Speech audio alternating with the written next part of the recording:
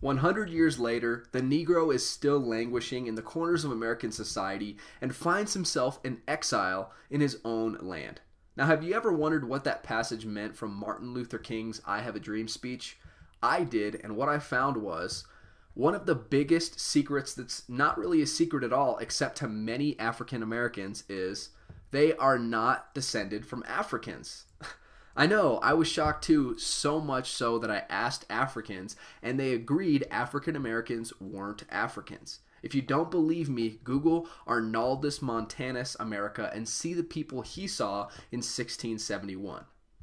Read books like The Black American Handbook for Survival through the 21st Century by Radine Amin-Ra, What Every African American Should Know by Carrie Davis, and Africans and Native Americans by Jack Forbes.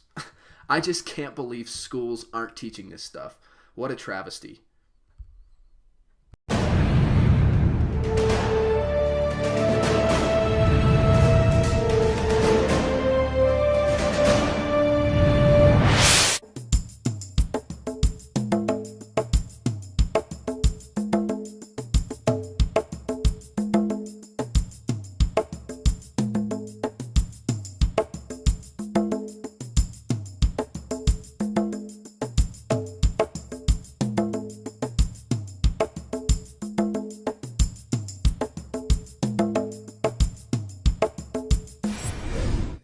So, from my experience, it seems like there's there's tension between African Americans and America as a whole. Some African Americans. No. As a whole, the history of African Americans in America, right, does not really work in the favor of African Americans. Can I ask you a quick question in the midst of that? Okay. What do when not all when you tell an African American, now times have changed. Now we're now getting 2015 now. As African American, are you African? Oh hell, no, I ain't African. They're not wrong though. They're not wrong though. They're not wrong though. They're not wrong. They're not wrong. They're not wrong. No, are they right? But it's just the reaction. Okay. Sure. Now, and I could be a little sensitive because of how I grew up. Okay, hold up though. Here's this is going to answer that question.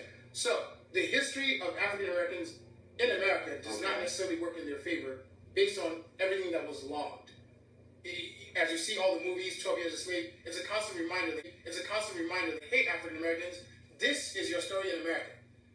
When I was in Nigeria, I did not know of the African American story until I got to America.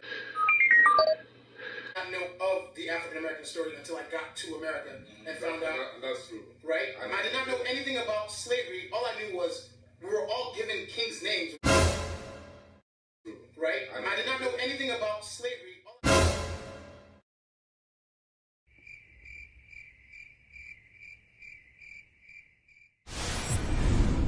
They're always vague with us. I asked this African dude one time. I was like, why don't y'all? Because Africans don't like African Americans. I don't know if you know this. Yeah, they don't. You know you don't.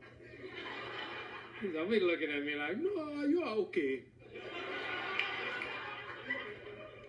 They don't like us, yo. They don't like us. They be judging us. They be looking at us like, look at you, motherfucker. African American. My ass. You are not African. You're black American. I'm from Kenya. You got the same phone. What are you talking You're from Kenya. You have got the trust in my... You're in America now. What are you talking about? Why you not in Africa? Why you not in I Africa? have to look down on you because you're angry. You're not making no sense. You're crazy. You're black American. You're trash. I should do this. This is why we're African people go African. The man in Kenya told me on the phone. The man in Kenya told me on the phone. Don't even associate the black American. Don't even associate the black American. This is why we're African people go African. The man in Kenya told me on the phone. Don't even associate the black American. They have no self-esteem. No self-esteem.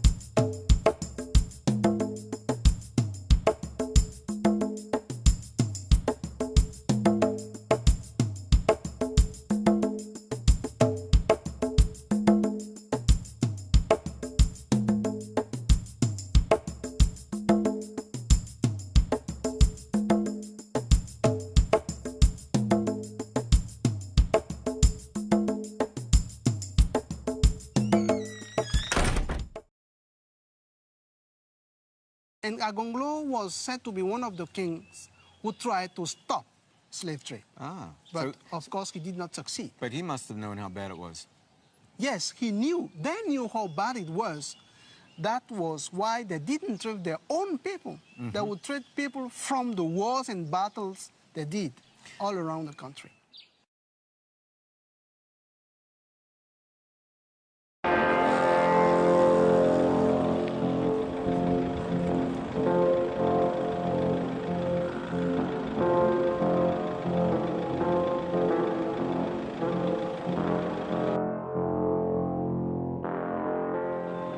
Okay, it's a hot day today, and we're about to go over this road, and what they're saying, this is the road of where the slaves went, the road of no return. So, Nini, just tell us some things about where we're about to go. Okay, we go to the ocean where they put the slaves in the ships, but the slaves came from the interior. They were bought from the chiefs, from the kings in the interior, and the king got in return cannons and weapons.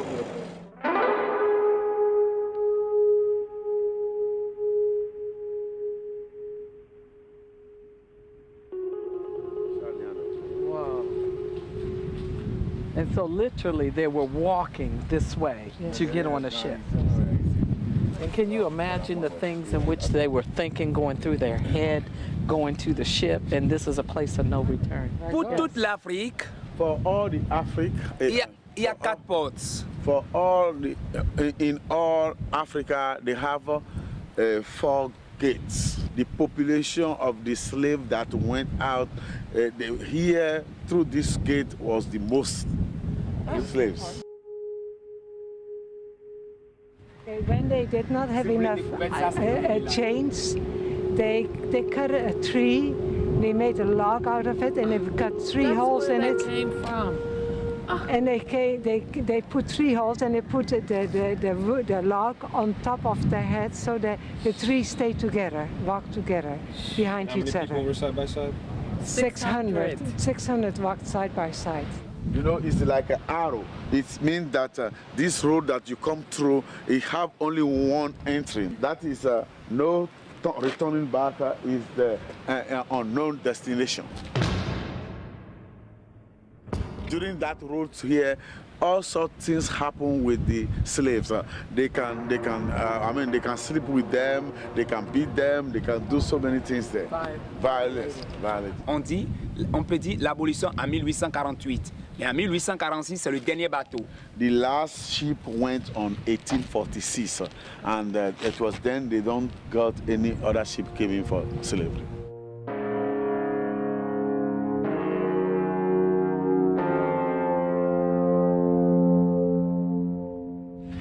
Ici, sur les 4 poteaux, il y a hommes et femmes qui sont en genoux. In all this, you see men and women, men and women, you know, in the forts. They put a tattooage, they burn it in the back here. The name of the master. When they do that, they cry, so they go now and buy some iron to close their mouths. Close their mouths. Yeah, that's why their mouths is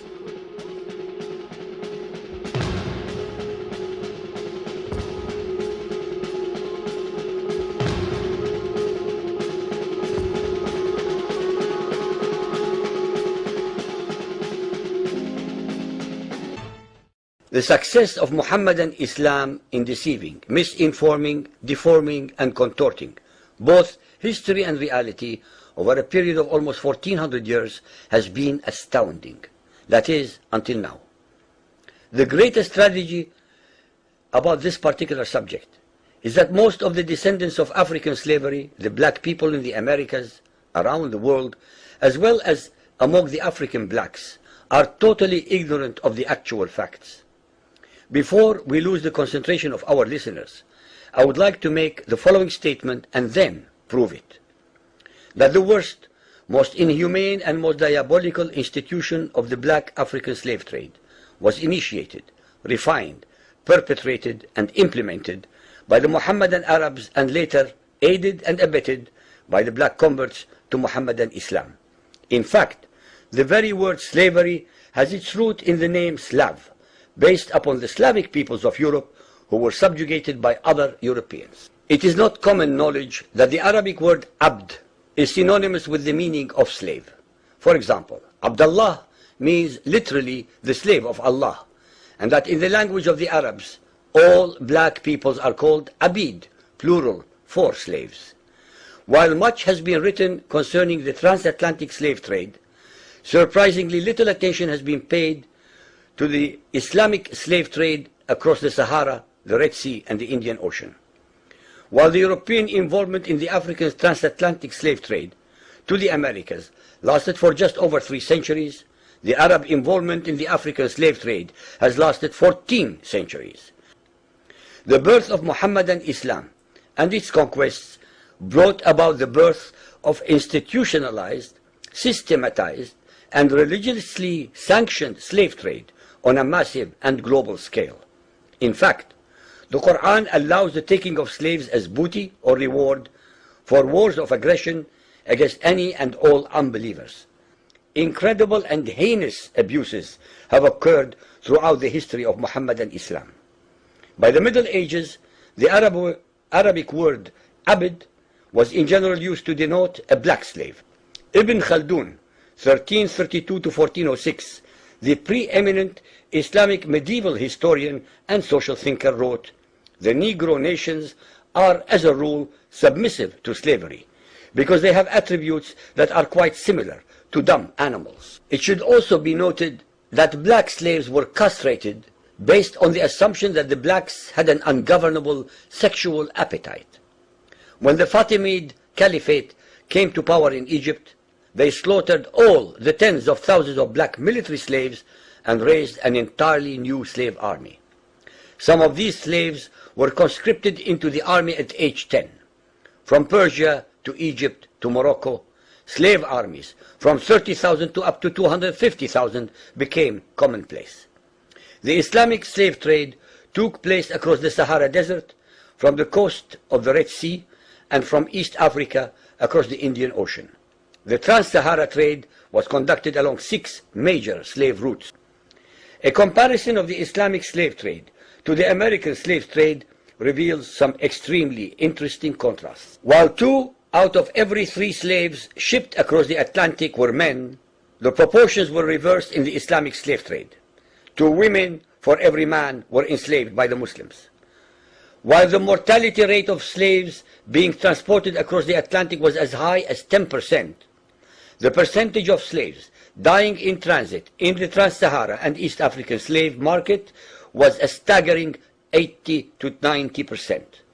While almost all the slaves shipped across the Atlantic were for agricultural work, most of the slaves destined for the Muslim Middle East were for sexual exploitation as concubines, in harems, and for military service.